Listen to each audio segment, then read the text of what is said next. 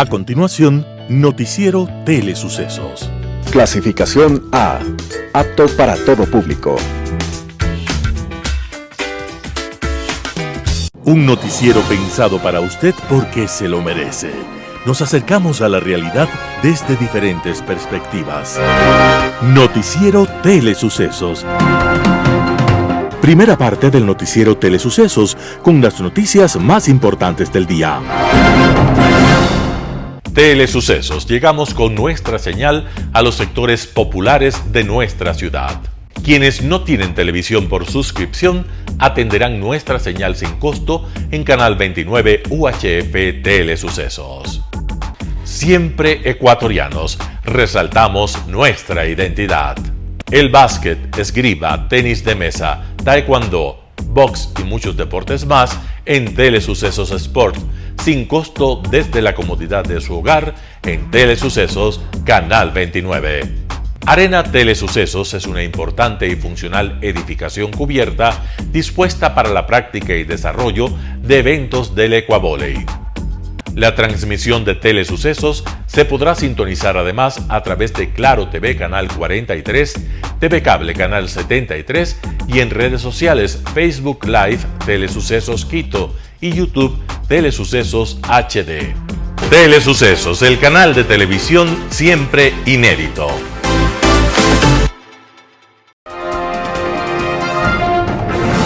Un día como hoy.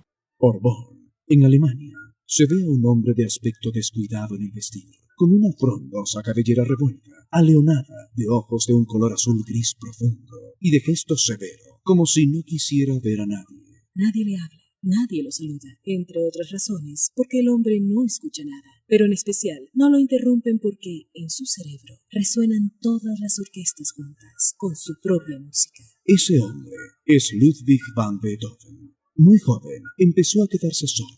Y sin embargo, hoy es considerado por muchos como el más grande músico de todos los tiempos. Cuando descubrió su enfermedad, se alejó de la gente y a tan temprana edad escribió su testamento en el que dijo: Ah, vosotros hermanos, que me consideráis hostil, no conocéis las causas secretas. Desde niño me he visto impulsado por los más tiernos sentimientos de afecto y ahora para ocultar mi mal me veo obligado a parecer díscolo, retraído y hasta odioso para que nadie hable conmigo. Ese fue uno de los grandes dramas de Beethoven. Su estilo de personaje díscolo, solitario y difícil era un ardid suyo, para que nadie descubriera su dificultad para escuchar.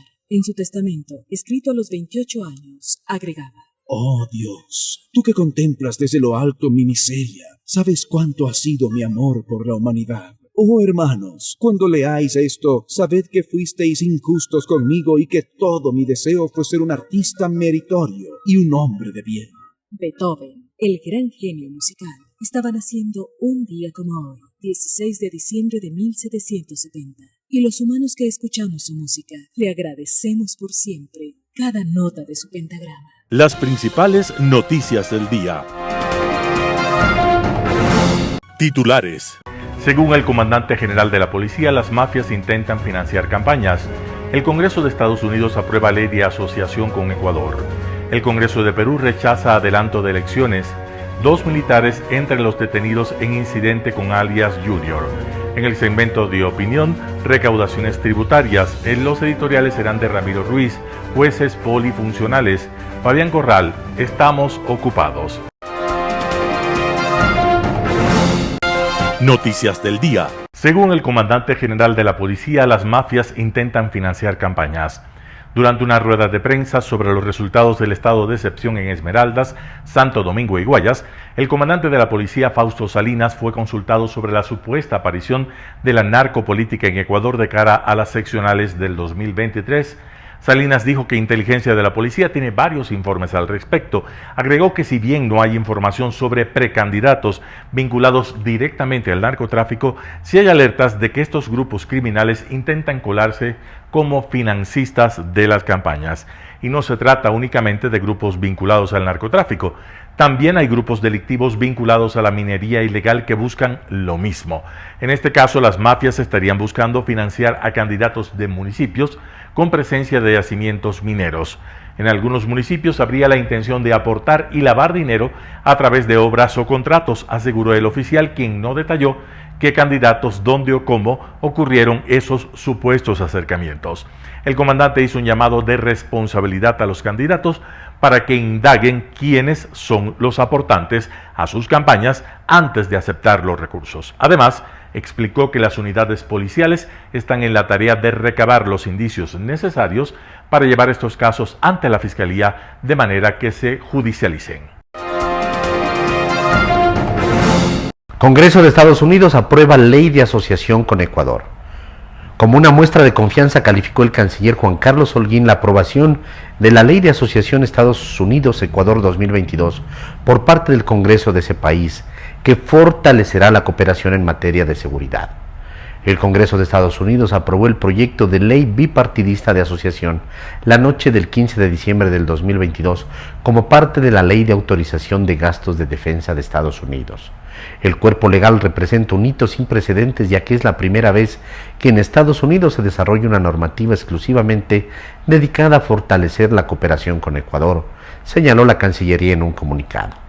Según la entidad, la legislación incentivará la cooperación bilateral, facilitará la relación comercial y promoverá el desarrollo económico inclusivo. Además, tiene como objetivo luchar contra las economías ilícitas y la corrupción, fortalecerá la democracia y fomentará la conservación del medio ambiente. Esta es una señal de que la relación con Ecuador genera consenso entre la clase política de Estados Unidos, la cual reconoce que nuestro país está comprometido con la defensa de la democracia, agregó el pronunciamiento de la entidad. La Ley de Asociación Estados Unidos-Ecuador 2022 pasará en los próximos días al presidente Joe Biden para su firma y entrada en vigencia. El Congreso de Perú rechaza adelanto de elecciones. El Pleno del Congreso de Perú rechazó este viernes 16 de diciembre de 2022 un proyecto de adelanto de elecciones generales en el país para diciembre de 2023, en medio de una grave crisis política y social que agita a la nación andina, con manifestaciones que piden la renuncia de la presidenta Dina Boluarte, el cierre del Parlamento y el adelanto de comicios. El proyecto de ley presentado por el presidente de la Comisión de la Constitución, el fujimorista Hernando Guerra, recibió 49 votos a favor, 33 en contra y 25 abstenciones, por lo que no obtuvo el apoyo mayoritario absoluto de 87 votos que exige la ley peruana. Al tratarse de una reforma constitucional, la norma requería de esos 87 votos para ser sometido a una segunda votación en la siguiente legislatura, o de 66 para ser llevado a un referéndum.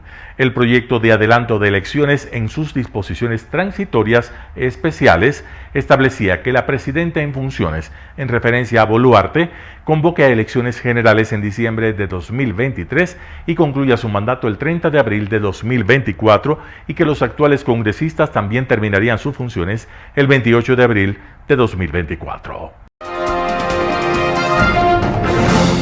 2 militares entre los detenidos en incidente con alias Junior. La cifra de detenidos durante un operativo en la vía Salitre tras la salida de Junior Roldán, alias Junior, sube a 37, según confirmó el ministro del Interior, Juan Zapata. El ministro aseguró que el operativo, que se desarrolló desde las 19 horas del 15 de diciembre del 2022, no dejó víctimas. Además del mismo Junior, cabecilla de los choneros, entre los detenidos hay un marino en servicio activo y un integrante del ejército en servicio pasivo, según confirmó la Fiscalía.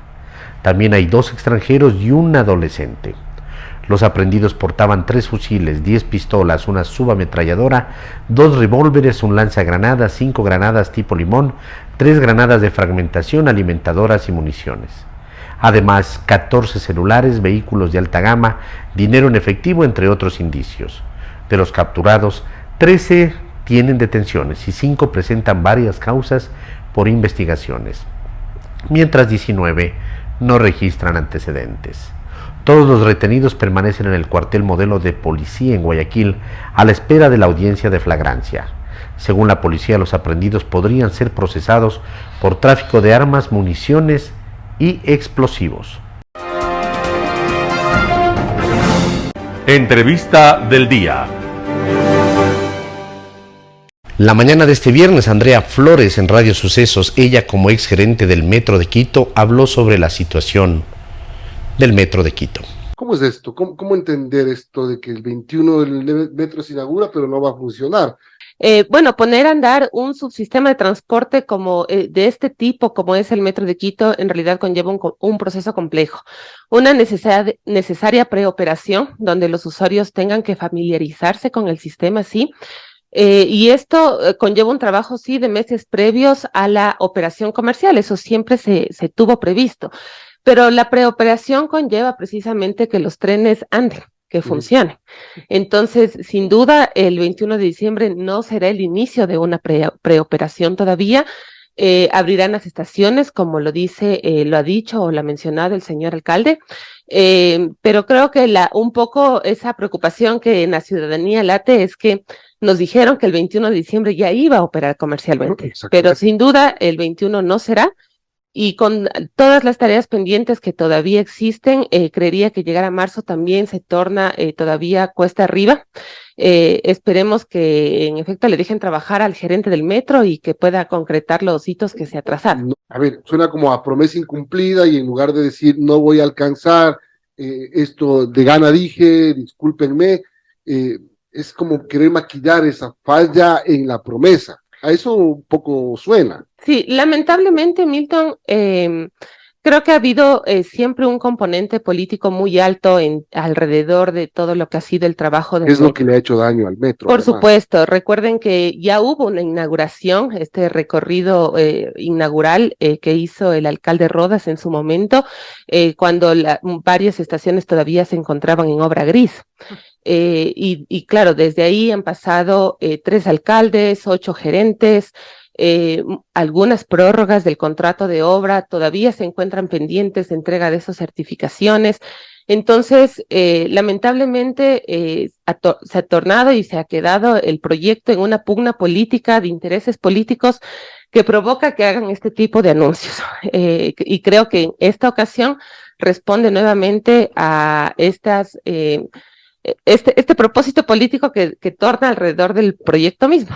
Andrea, cuando el alcalde dice, bueno, que la seguridad no es negociable, que un subsistema que obliga a que tengamos una formación de todos los usuarios, suena lógico también ese argumento, ¿no? No entendemos bien por qué quiso dar esa fecha, pero suena lógico que se tenga que esperar un tiempo para que todos los sistemas, subsistemas y todo pueda estar seguro para el usuario. Totalmente. Creo que alguna vez nos decían, no, es imposible esperar que todo esté listo para ponerlo en marcha, pero hay temas fundamentales que son necesarios para que el sistema funcione. Una vez terminada la obra, deben entregar certificados que aseguren en efecto que los sistemas ferroviarios cumplen con todos los parámetros de seguridad. La formación del personal, por ejemplo, era un punto crítico dentro de la hoja de ruta y apenas han anunciado que se abrirán 500 plazas de trabajo para las personas que van a preparar. Esa formación no es una formación que lleva días, o sea, el 21 de diciembre no va a haber gente formada, sino que es una formación que requiere de meses precisamente para para garantizar la seguridad de los usuarios que se van a transportar. Tomen en cuenta además que el Metro de Quito en todo esto es un actor más en medio del sistema de transporte público de pasajeros y hay una tarea pendiente todavía que es qué es lo que sucede con el transporte en superficie, que debe garantizar además y eso no va a estar indicadores de calidad. Por lo menos hasta mediados del próximo año, en el mejor de los casos. Será un reto, o sea, Guarderas no lo va a lograr hacer.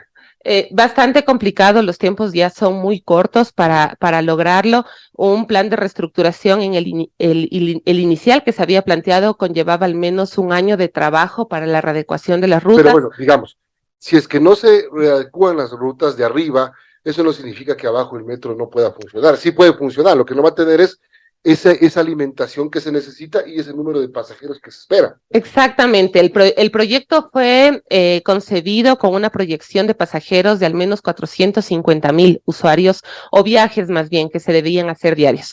Ese número no se va a alcanzar, no solo por el tema de la reestructuración de rutas, sino que como producto de la pandemia y lo que ha ocurrido en los últimos meses, los usuarios a nivel regional de transporte público han caído. Anteriormente nosotros nosotros teníamos el número que en Quito el 70% de viajes motorizados se hacían en transporte público. Para este año han caído al 51%. Y no quiere decir que porque hay el metro entre en funcionamiento van a existir más usuarios, sino que los que ya existen se van a repartir. Y si las rutas en superficie no se adaptan para alimentar el metro, entonces los usuarios no lo van a usar. Posiblemente tengamos un pico de demanda a inicio de operación porque todos vamos a querer conocer, usarlo, pero cuando esto se estabilice, lamentablemente, creería que el primer año y las proyecciones ya nos indicaban que se alcanzarán tal vez los 130,000 pasajeros cuando diarios. pase la fase de novelería, como se puede decir que se va a llamar. Ahora, ¿qué es lo que está impidiendo ahora mismo, Andrea, para que el metro pueda empezar a operar? ¿Por qué no se cumple la fecha del 21 de diciembre para que los trenes anden? El 21 de diciembre fue una fecha muy ambiciosa.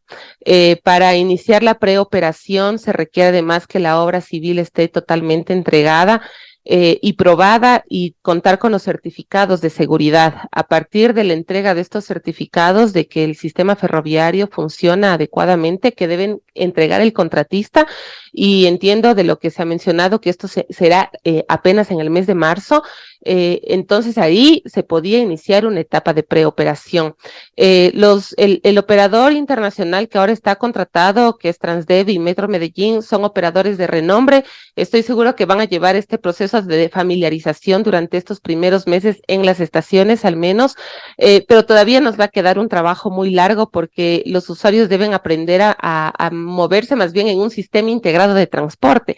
Cuando ya tengamos un sistema integrado de recaudo, cuando ya tengamos que usarlo también el transporte en superficie en esas condiciones, y sobre eso todavía hay tareas que llevar a cabo. Por eso el anhelo, creo, de todos los ciudadanos es que funcione, y que personalmente, conocedora de los temas al interior, esperando que desde la parte política se respete las decisiones de carácter técnico que se deben tomar dentro de la gerencia y que permitan en efecto que las autoridades y los funcionarios que están a cargo de este trabajo. Por otro lado, también en Radio Sucesos esta mañana de viernes, Fernando Narváez, doctor en Medicina Interna del Hospital Metropolitano, habló sobre el rebrote de enfermedades respiratorias y recomendaciones.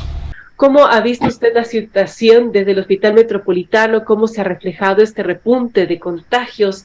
Ustedes tienen que acordarse que detrás de cada contagio comprobado con una prueba, hay 8 detrás que no tienen una prueba. Entonces, estuvimos en fiestas de Quito, todo el mundo se ha relajado un poquito, y esto realmente exponenció la cantidad de contagios. Realmente tú sufres los contagios en grupos que no son de riesgo, adolescentes, gente de hasta 50, 60 años, los niños, que la mayoría tú pasas por una guardería, vas a ver a tus nenas y ves que todos los niñitos o están con tos, con moquitos, y el problema es que conversando con nuestros colegas pediatras también se están hospitalizando niños. Pero en mi caso te puedo hablar de los adultos, y ahí los que sufren son los abuelitos. Entonces, los abuelitos que ya son diabéticos, que son hipertensos o que tienen cáncer, la obesidad, el tabaquismo son factores de riesgo que potencializan estas enfermedades respiratorias y que realmente nos han saturado las salas de emergencia. Con alegría yo les puedo contar que el proceso de vacunación ha sido un éxito, porque la tasa de hospitalización, al menos con COVID, ha bajado de una manera muy, muy importante. Otra cosa es que también tenemos esquemas de tratamiento probados, ya no se está inventando cosas, y cada vez más los médicos en general podemos tratar e identificar de una mejor manera y más rápido este tipo de enfermedades. Bien, ahora, ante este repunte de casos, doctor, ¿cómo identificar, por ejemplo, si se trata de una influenza, de un virus sincital respiratorio, de un COVID-19? ¿Eso hay formas de identificarlo a través de los síntomas o solamente se requiere una prueba para ello? Realmente es difícil porque hablamos de 4 virus que podemos hacer rápidamente en una prueba y una prueba que es de un costo accesible. Nosotros tenemos una prueba en el hospital que, claro, corre como 20 virus, pero es costosa y se hacen pacientes que realmente se van a hospitalizar, son graves. ¿Cuál es la recomendación? Si tengo abuelitos, tengo papás enfermos y mi hijo o yo estoy con síntomas respiratorios, es o 1, hacerse una prueba, o 2, aislarse 5 días. Porque la mayoría de pacientes van a pasar cualquiera de estas enfermedades como una gripe normal, síntomas respiratorios leves.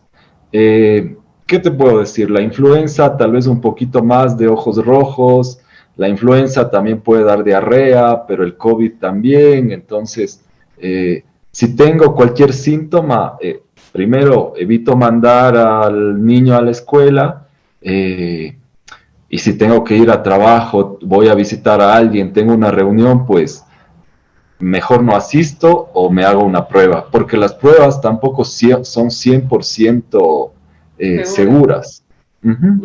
Ahora, yo he escuchado mucho, por ejemplo, hay casos que dicen, no, es alergia nomás, un resfriadito nomás, no se preocupen, y resulta que después tienen COVID, tienen influenza, en fin.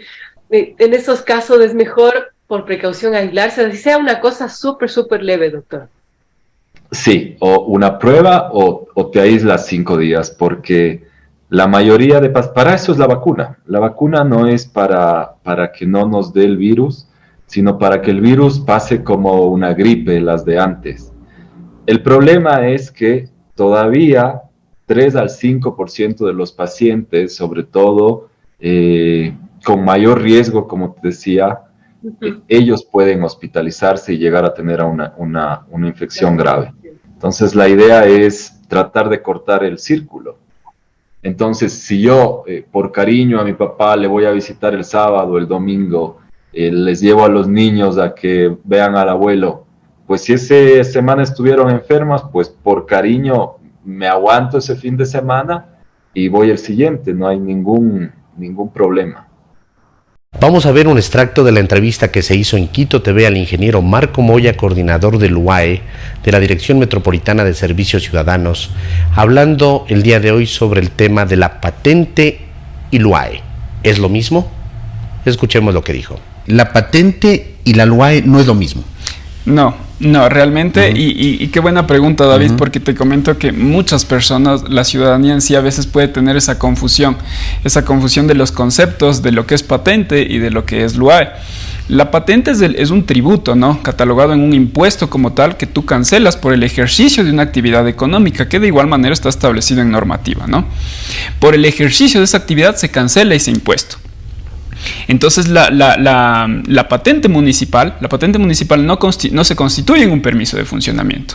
Lo que se constituye en un permiso de funcionamiento cuando desarrollas una actividad en un establecimiento es la LUAE. Entonces a veces hay muchas personas, y yo siempre trato de compartir esta experiencia, porque hay muchas personas que dicen, no, yo ya tengo mi patente y puedo abrir mi establecimiento. Cosa o que cuando no van a una así. inspección, preséntame, aquí está el pago de la patente. Exactamente, ¿no? Entonces, claro, incurre eso en una falta establecida en el Código Municipal y eso pues es objeto de sanción, ¿no? Entonces siempre me gusta dar esta explicación de que patente es únicamente el impuesto que pago por el ejercicio de una actividad económica y la LUAE es del permiso de funcionamiento. La LUAE no tiene ningún costo adicional. A la LUAE están ancladas únicamente las tasas que pueden generarse por el tema quizás de alguno de los componentes que ya te voy a explicar, por ejemplo el tema de Quito Turismo, cosas como esas, y nada más, pero no tiene ningún costo como tal la licencia de funcionamiento. Así es. Cambiemos un poco el ejemplo, digamos que ya no es un micromercado, un restaurante, es para ir ligando también al tema, por ejemplo, de Quito Turismo.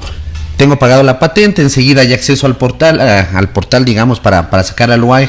Son datos básicos, ¿no? Primerito, el nombre del establecimiento, nombre comercial, el nombre jurídico, si es de ser el caso, o el nombre de la persona natural, el número de predio donde está establecido, número de metros cuadrados de ese predio de utilización.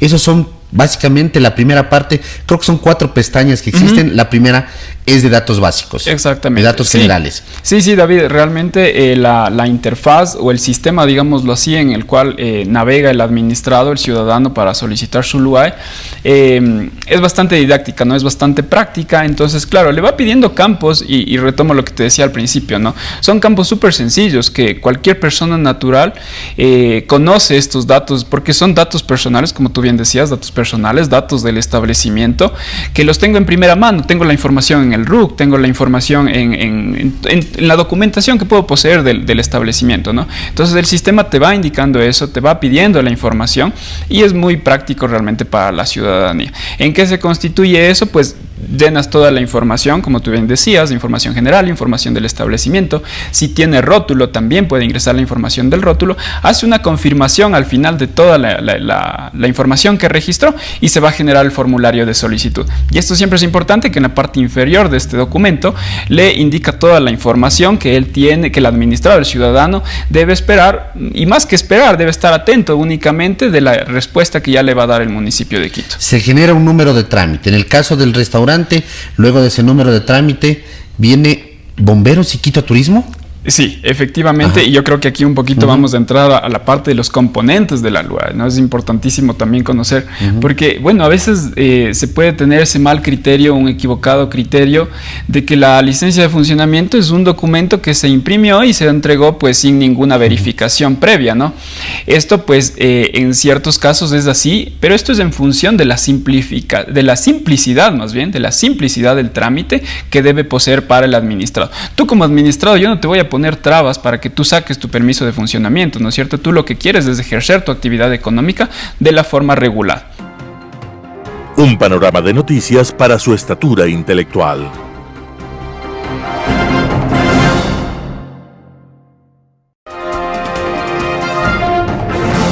Opinión. Estimados amigos y amigas, gracias por estar con nosotros en este programa de Telesucesos. Hoy vamos a hacer un comentario de un tema que está siendo discutido por mucha gente en el Ecuador y en la que ha habido una exposición del director del Frente Económico del Gobierno, el señor ministro de Economía y Finanzas. El tema será recaudaciones tributarias. El año va a terminar y las recaudaciones tributarias del gobierno nacional, no del sector público, no financiero, no es del municipio, consejo provincial, sino gobierno nacional, vienen aumentando a una tasa razonable.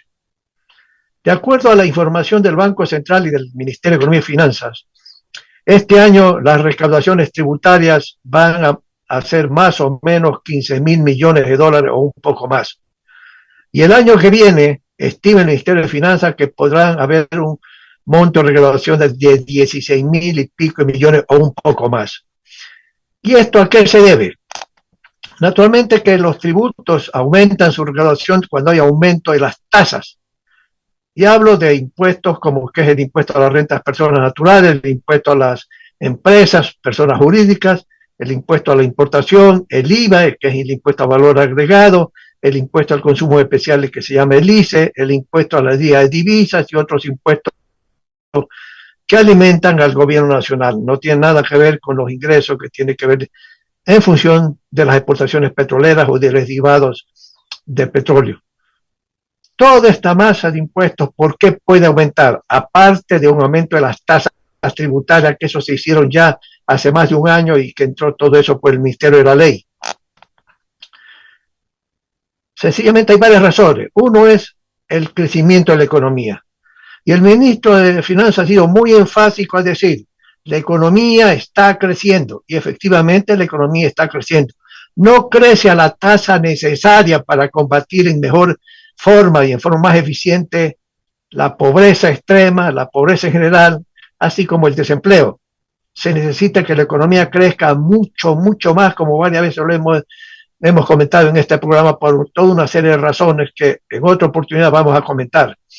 La economía necesita crecer a más al 5% anual en términos per cápita, que implica más de 6% anual en términos reales sin inflación.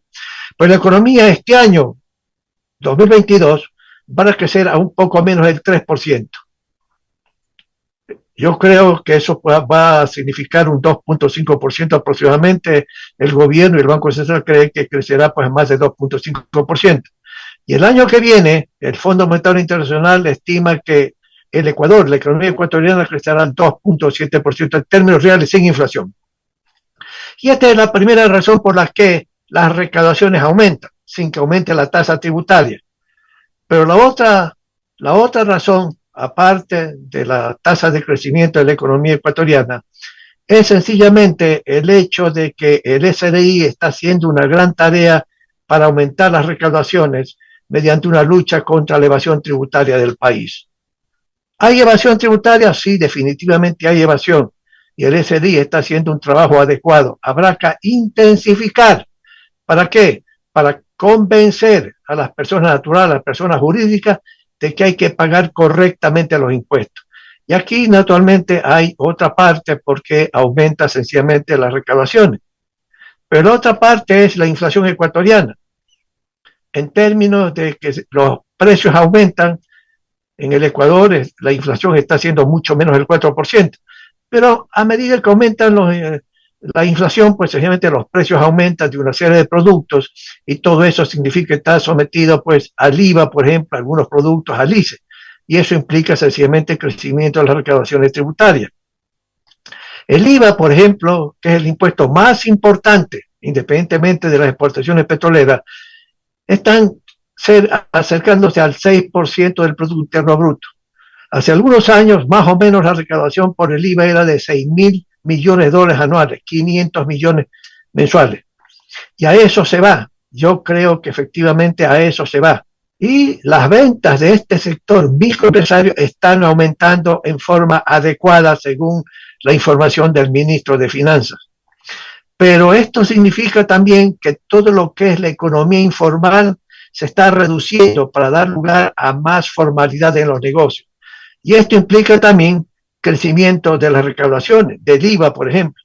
¿Por qué? Porque si mañana había un negocio informal que no estaba sujeto a ser registrado en el SRI y que tampoco pagaba el IVA, los clientes no pagaban el IVA, no pagaban impuestos a la renta, etcétera, etcétera, etcétera. Sencillamente, a medida que esa economía se reduce, la informalidad, y los negocios pequeños se vuelven formales, eso implica que se registra en el CDI, eso implica que se registra en el Seguro Social Ecuatoriano, eso implica naturalmente que sus clientes pagan en las compras de esos negocios que se van formalizando, sencillamente pagan el IVA. De tal manera que ese es otro factor que el ministro acertadamente ha afirmado hace pocos días en una entrevista que ha hecho para uno de los diarios del país. De tal manera que estos factores están creando una base tributaria un poco mayor. ¿A los efectos de qué?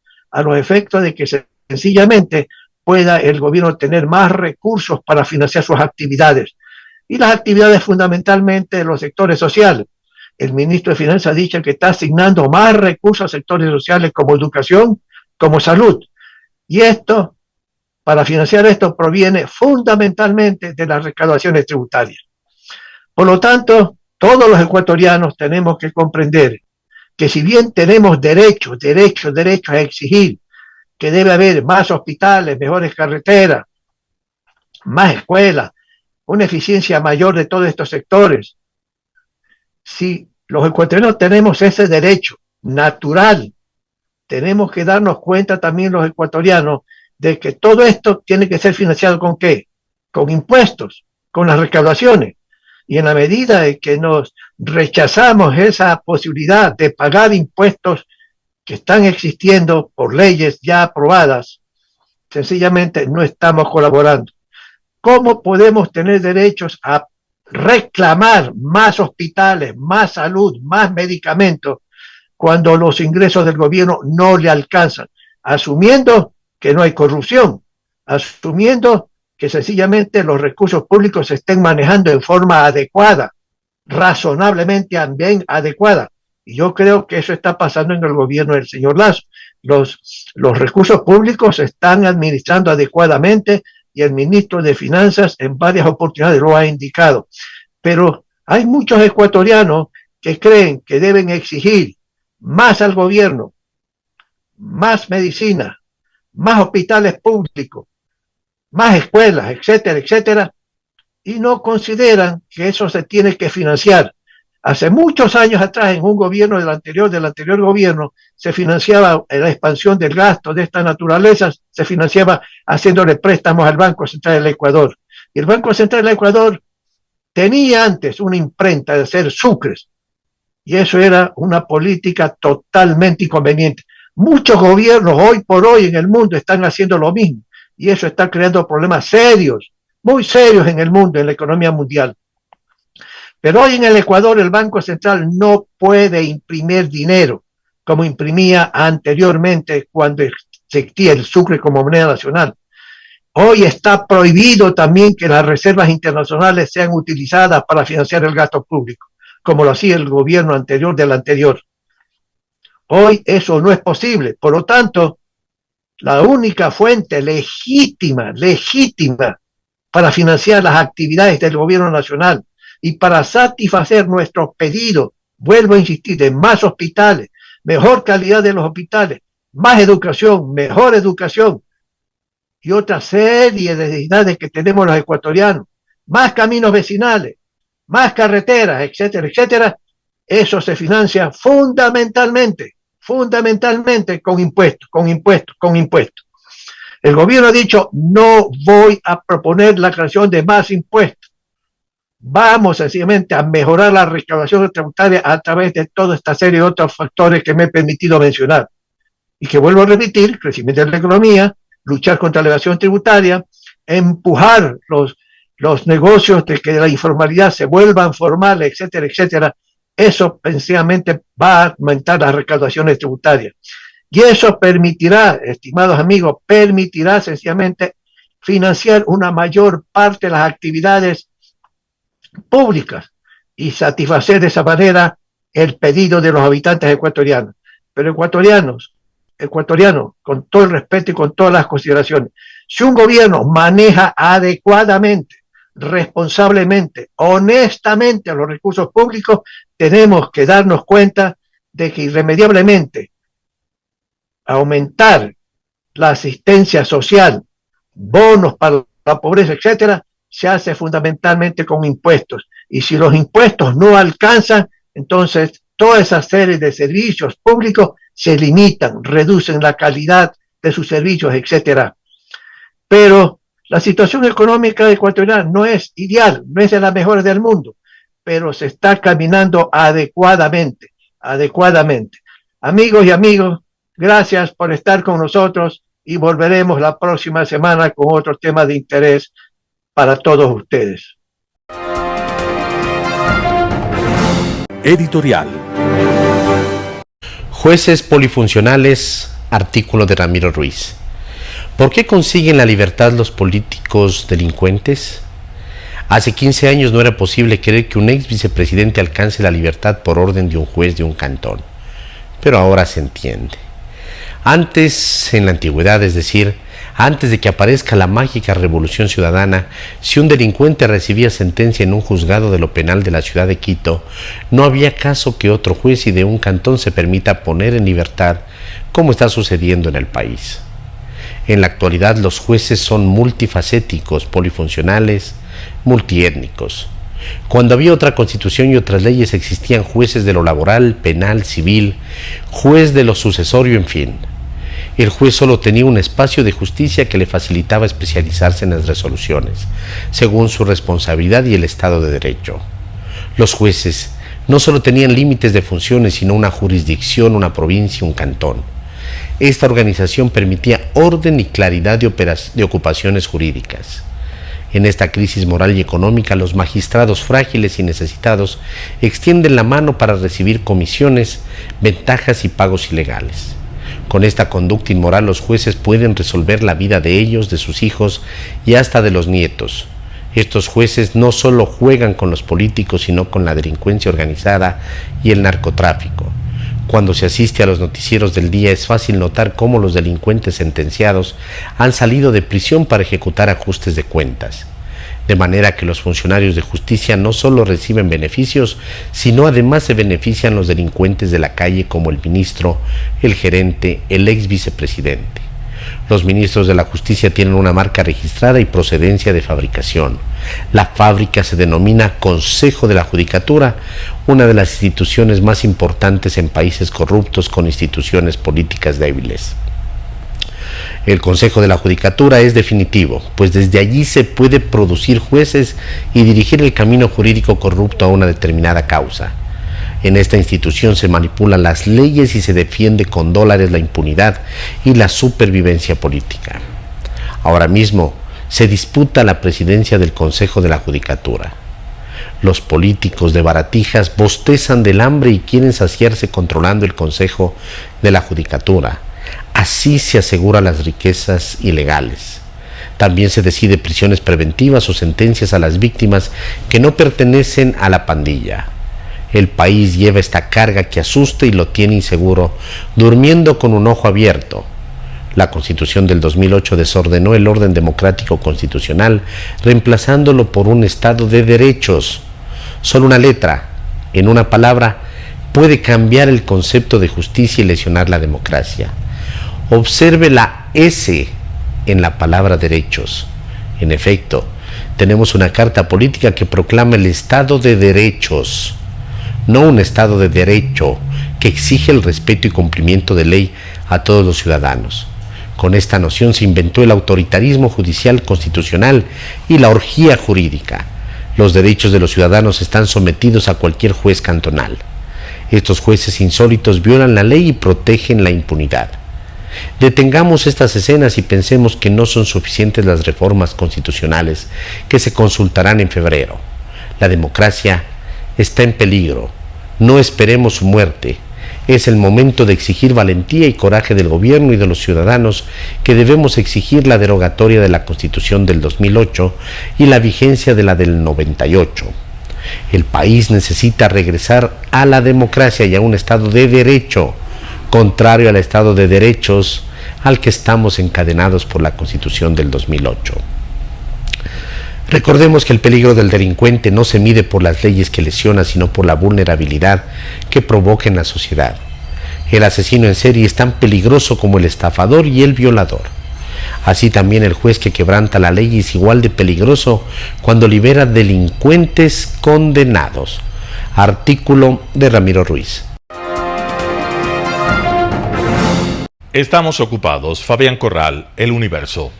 Lugar común, pretexto o inescapable realidad. La verdad es que estamos ocupados, no tenemos tiempo, pasan los días, concluyen las semanas y de pronto estamos al fin del año.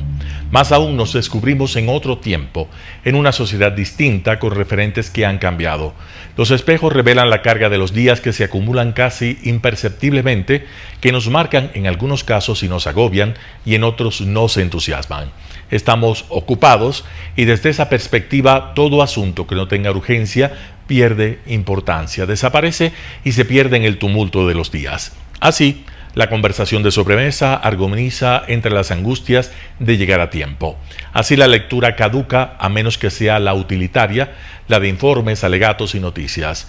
Los tiempos libres se dedican a hacer compras o se quedan prisioneros entre el tráfico, algún viaje inevitable, la esclavitud de los chats, la impertinencia de los telefonazos, el chismorreo y el noticiero que transmite la prisa de vivir, de escapar y el agobio por entender por qué se caen las instituciones, por qué nos cuentan tantos cuentos, por qué se degradan velozmente los valores.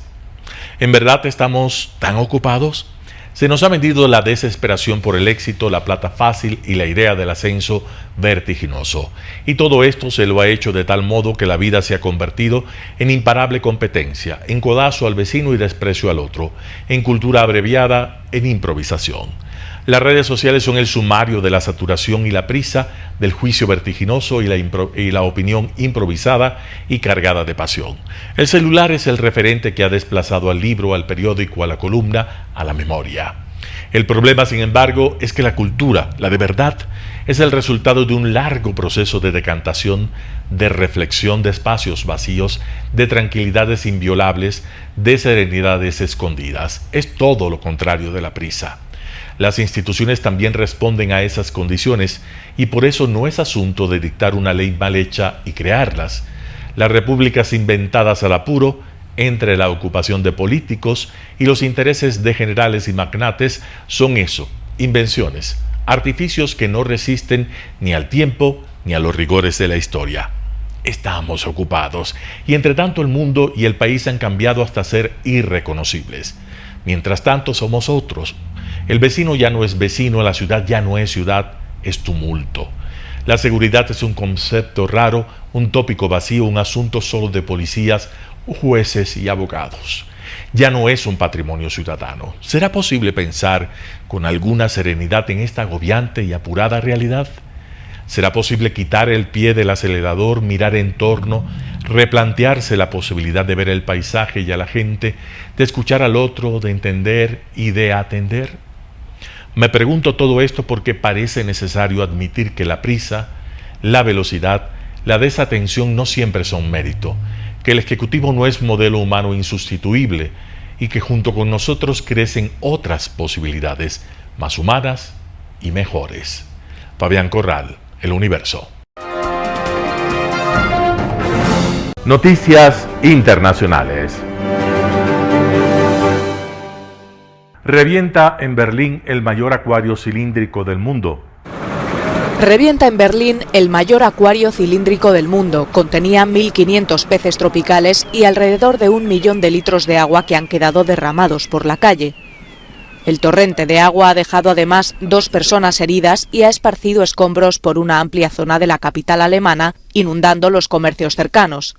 Los huéspedes de un hotel dañado por la riada tuvieron que ser trasladados a otro alojamiento. Aún no está claro qué causó el derrumbe de la estructura en la madrugada del viernes.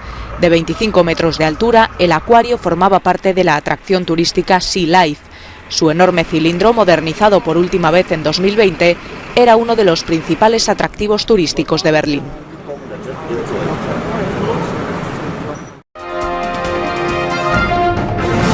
Rusia, soldados de hielo, los adornos navideños en la ciudad de Chitá. Este año, la ciudad rusa de Chitá, en Siberia Oriental, le ha aportado a su decoración navideña un toque militar. Y es que en esta ocasión ha colocado por toda la ciudad esculturas de hielo que representan a los soldados que están en el frente. El deseo del ayuntamiento es instalar 12 figuras de plástico y 12 esculturas de hielo de soldados, una idea que al parecer les ha gustado a los ciudadanos. Es un buen momento para que aprendan los jóvenes. Respeto el patriotismo. Es bueno que haya figuras de soldados, apoya el espíritu de lealtad. La administración de la ciudad ha decidido eliminar de las fiestas los fuegos artificiales de Año Nuevo. Es más, muchas regiones del país han declarado que no celebrarán estas fiestas para financiar las necesidades de los soldados rusos y sus familias. Moscú también está en esta lista. Este año no habrá música ni fuegos artificiales en la Plaza Roja. A impulsar el papel del continente en la escena internacional, abogando por otorgarle un puesto en el G20. También se ha comprometido a crear un fondo de ayuda humanitaria. El presidente de Estados Unidos entra así en la batalla por la influencia en la que Rusia ya lleva ventaja. Esta tarde voy a anunciar 2.000 millones de dólares adicionales en ayuda humanitaria para hacer frente a la inseguridad alimentaria aguda en África. La asistencia va a ayudar a garantizar que los niños y las familias no tengan que irse a la cama con hambre, anunció Biden en la cumbre bilateral. Añadió que en los próximos 3 años, trabajando en estrecha colaboración con el Congreso de Estados Unidos, tienen previsto destinar 55.000 millones de dólares en África para avanzar en las prioridades que comparten y para apoyar la Agenda 2063. Joe Biden también se ha comprometido a visitar el África subsahariana durante su mandato, en lo que sería el primer viaje a la región de un presidente de Estados Unidos desde 2015. Condenado un excomandante del Ejército de Liberación de Kosovo por crímenes de guerra. Primera condena a un excomandante del Ejército de Liberación de Kosovo. Salih Mustafa ha sido sentenciado a 26 años de cárcel por el Tribunal Especial para Kosovo por crímenes de guerra cometidos en 1999 en un centro de detención de esta milicia albano-kosovar, concretamente por el asesinato de un ciudadano serbio, tortura de prisioneros y detención arbitraria. Parece existir la idea equivocada de que estos cargos eran contra el Ejército de Liberación de Kosovo como tal, o contra el pueblo de Kosovo como un todo, señalaba la juez Belboglia. Nada podría estar más lejos de la verdad. Fue el pueblo de Kosovo, a través del Parlamento, quien decidió crear y dar poder a esta institución.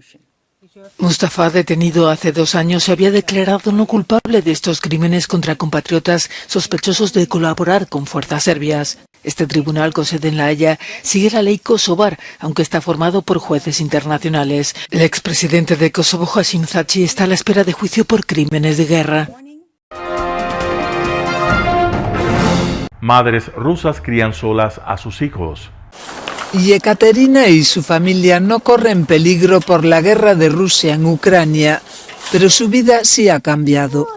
Su marido, Yaroslav, huyó de Rusia cuando fue llamado a filas en la movilización parcial de septiembre para combatir en Ucrania. La familia quedó trastornada, cuenta Yekaterina.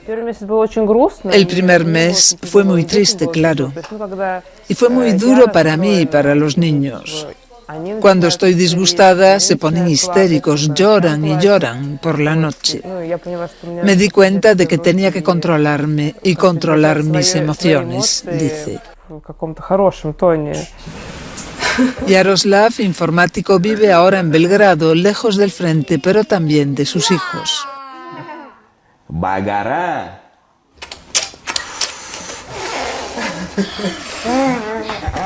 No es lo mismo tener hijos a distancia que compañeros de trabajo. Con los hijos no puedes jugar a distancia. La repentina marcha de tantos padres ha dejado a las madres por toda Rusia bregando por criar a sus hijos solas. Ni siquiera los familiares más cercanos echan una mano, dice Anastasia, de un grupo de apoyo.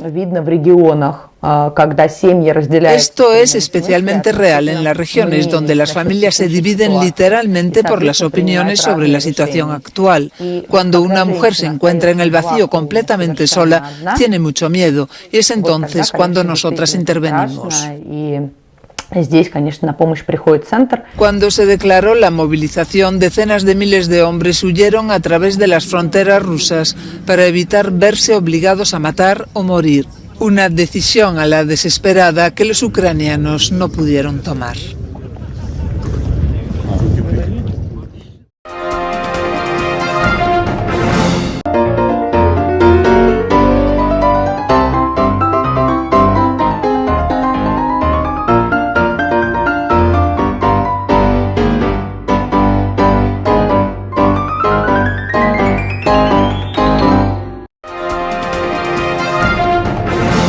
Emoción sin límites los días jueves y viernes desde la comodidad de su hogar. Resaltamos nuestra identidad como ecuatorianos iniciando transmisiones en Telesucesos del Ecuavóley, que representa, luego del fútbol, el deporte más popular de nuestro país y el que practican los ecuatorianos residentes en muchos países del mundo. Nuestra señal será transmitida en directo por televisión abierta en la ciudad de Quito y a través de las redes sociales a todo el país, así que llegará a Estados Unidos, España e Italia, creando a través del Ecuavóley un nexo fraterno entre ecuatorianos y entre los inmigrantes de nuestro país. Telesucesos, con sus transmisiones, jerarquizará esta práctica deportiva, convocando importantes competencias de Ecuavóley dentro y fuera del Ecuador.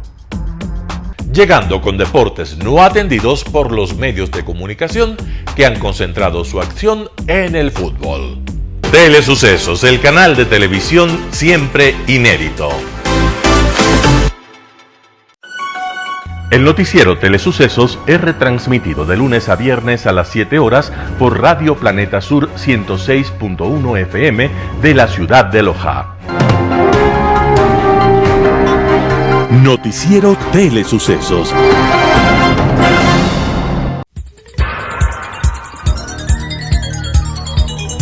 Las opiniones vertidas en este espacio por la producción y dirección del programa son de exclusiva responsabilidad de sus autores y de quienes intervienen en ellos.